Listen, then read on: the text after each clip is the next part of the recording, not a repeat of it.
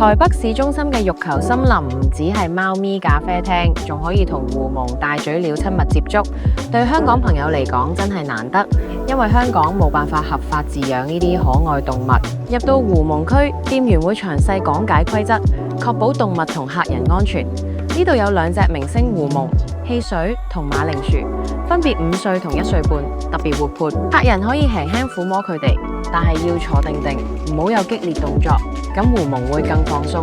狐獴咧每隻大約1公斤幾，輕巧靈活，啲毛咧摸起嚟有啲粗糙。當佢哋用小手撥動客人手上嘅扭蛋，力氣好大。互動嘅時候，每組客人咧有5到10分鐘，建議避開假日。平日去人少，可以有更多嘅互動時間。至於大嘴鳥，店內有2隻叫芒果同布丁，佢哋活潑到不得了，飛行時翅膀拍打聲非常有氣勢。想近距離接觸時，記得要淡定，唔好驚嚇到佢哋，可以輕輕撫摸佢哋嘅腳，但係千祈唔好碰佢哋嘅嘴巴。大嘴鳥停喺手上嘅時候，感覺輕巧，最多幾公斤。店員會詳細嘅解釋，接觸嘅時候唔好做出太大嘅反應，以免嚇到佢哋。如果對佢哋嘅翅膀啦或者嘴巴感到驚啦，可以揀卡住玻璃欣賞嘅。店內仲有約12隻貓咪，療癒指數爆標，最低消費每人400蚊。